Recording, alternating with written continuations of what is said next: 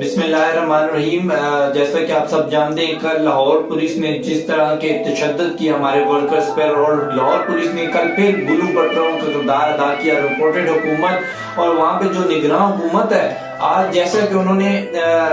ایسا تشدد اور ظلم کیا جیسے کہ ایک کوئی جو ہے نا امریت میں بھی ایسا نہیں ہوتا جیسے انہوں نے کیا۔ یہ جمہوریت ہے، جمہوریت میں الیکشن، ایک طرف الیکشن اناؤنس کر رہے ہیں، دوسری سائڈ پہ انہوں نے ایسا کل لاہور میں جو قتل و غارت کی، ورکرز پہ تشدد کیا، ظلم کیا، گرفتار کیا، ہم اس کی سخت مذمت کرتے ہیں۔ اور بہت ہی ہمارا اچھا دوست حسنین رفیق، نئے پاکستان کا اینکر، اس پر جیسے تشدد کیا، اسے اریسٹ کیا، گرفتار، وہ تو عوام کی آواز بن کر گھوم رہا تھا، اتنی محنت کرتا ہے عوام کے لیے، عوام کی آواز پہنچاتا ہے، اور جس طرح وہ محنت کرتا ہے، وہ میڈیا کا پرسن ہے اور اتنا اپنے ملک کے لیے محب وطن ہے، سب سے بڑا بہت اچھا انسان ہے، محب وطن ہے، اس ملک کا خیر خواہ ہے۔ اس کو کل جس طرح